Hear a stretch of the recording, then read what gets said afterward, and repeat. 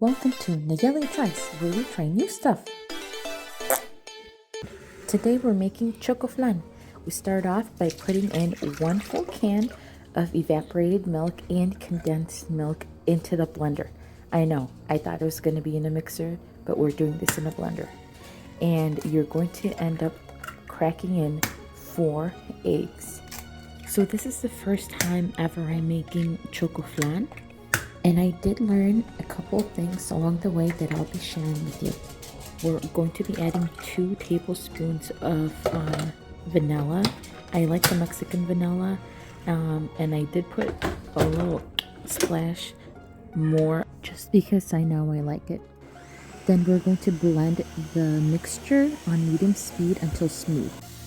And while that's blending, we're going to gather 1 full cup of sugar.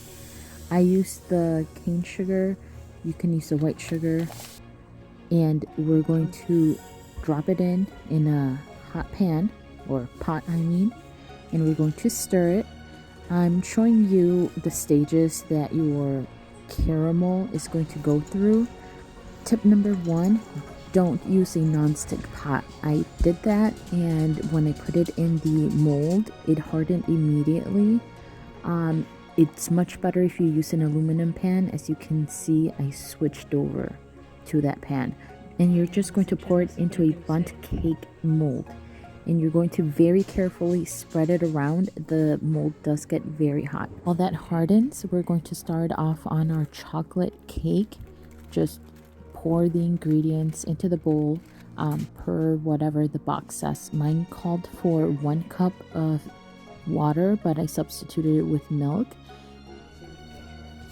It also called for half a cup of vegetable oil and 3 eggs. Then we're going to mix it with my handy dandy fork. You can use a mixer, but I always mix it with a fork. After that, we're going to boil a full kettle of water.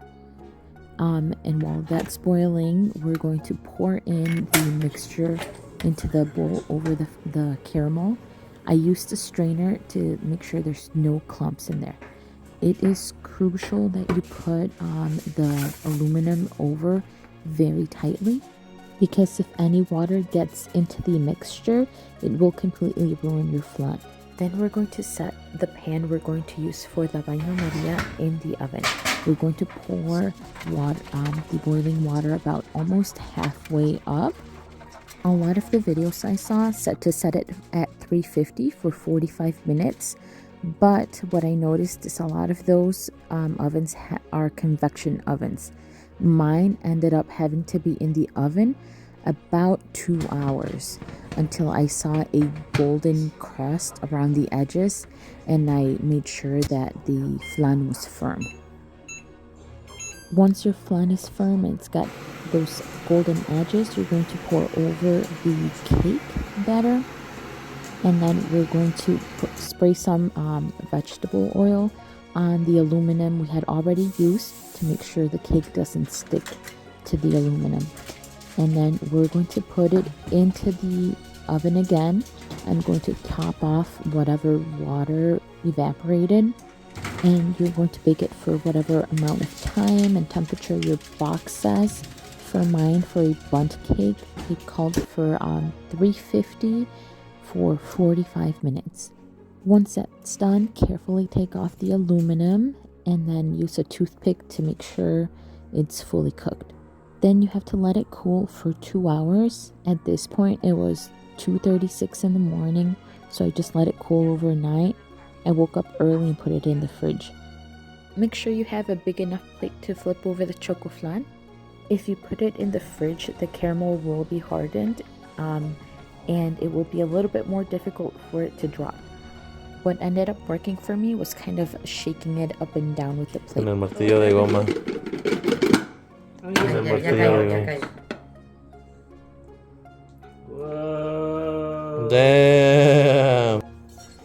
And here's the final result. It looks so freaking beautiful and gorgeous. It had that nice caramel color, and the layers were really defined. and it honestly just like smelled so good and it tasted even better. Here goes the first slice. One thing I do suggest is using your hand to balance the slice when you're trying to take it out. I kind of messed up my slice because I was trying to do it without my hand. Now that I know how long my oven will actually take baking the flan, I will 100% be making this again. I think it'll get faster the more times I make it.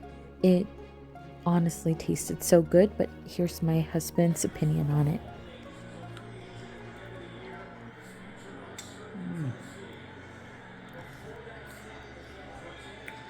This is for real. If you have any suggestions on a new recipe I should try, leave it in the comments.